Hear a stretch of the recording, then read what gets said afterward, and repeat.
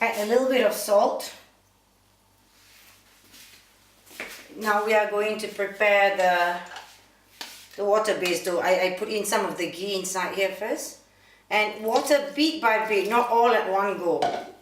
So take this away. And start to knead.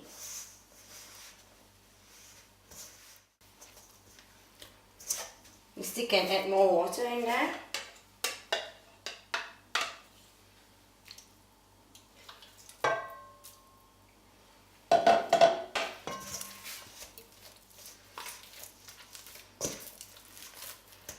If you get to this texture where you feel, oh my god, it is now getting watery, don't worry. You need to keep on kneading it. The more you knead for this part, the better it will get. It will get drier, so don't worry about it, nor should you panic, yeah? Get that? So start kneading it. Okay, so continue kneading it until you feel it's nice and soft, yeah? Your dough has to have a nice and soft texture. Look at that. Yeah, it's nice and soft. So what you want to do now is leave it and then cover it with a damp cloth and leave it aside for say 30 minutes, doesn't matter. And then this time we are going to do the butter dough. I use salted butter, so I don't need to put any salt inside. So this butter, put it in. You don't want to do all of it at one go. So let's just do a little bit, and it has to resemble like a breadcrumb.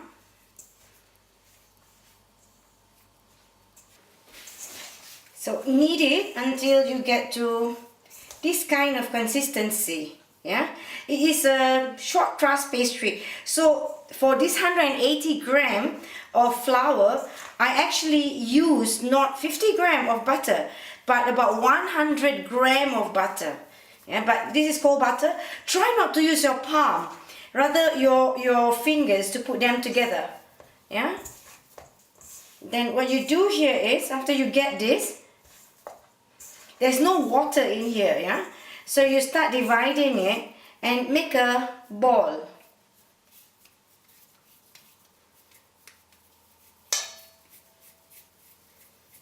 That's what you want, like this.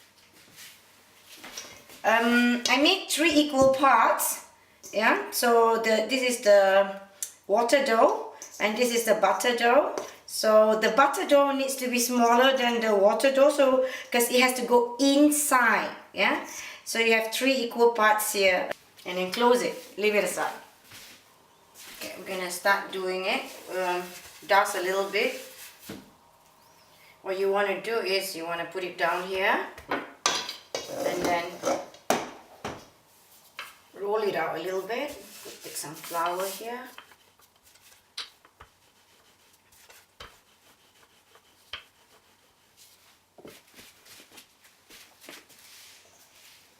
And take this dough here, we're just going to put it together, yeah?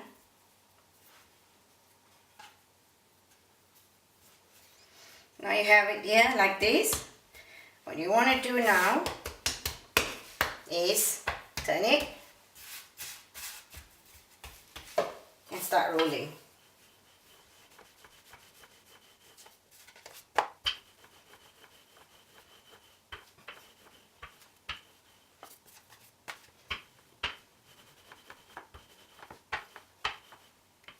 Go sideways anyways. Just flatten it a little bit, and then we're going to roll it this way. Okay? A little bit of flour again so nothing sticks. What you do is you heat it first, like this. Then you start rolling it. Just try to thin it, yeah? Make a little bit, go sideways a little bit, and then this portion here, let's bring it down this way. And then what you want to do is, again, I want to thin this part here a little bit, and then you start rolling it again.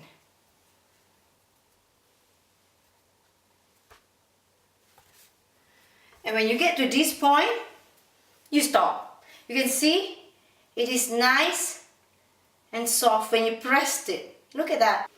I'm now going to cut it, yeah? So you do not cut too thin. So you want to cut about 1 centimeter, slightly bigger than 1 centimeter.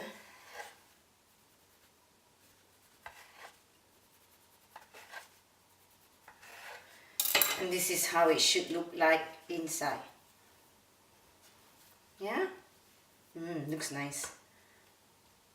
I put a bit of flour at the bottom as well. A little bit here. And then you're going to roll it out. Remember, okay, this is the part where a lot of mistake happens from my last experience. You need to roll it this thick. Yeah, this thick. When you roll it too thin, this layer will start to break and it will not hold your filling. It's very important. So this is what you want to get.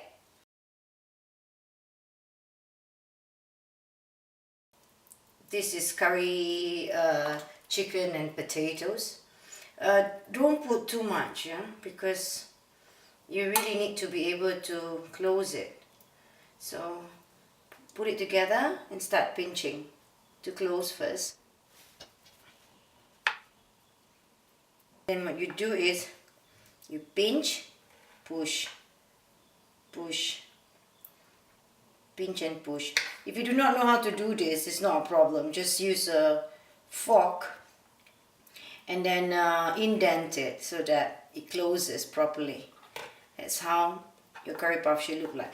Now if you see any opening like this, fix it before you fry it, yeah? Just close it.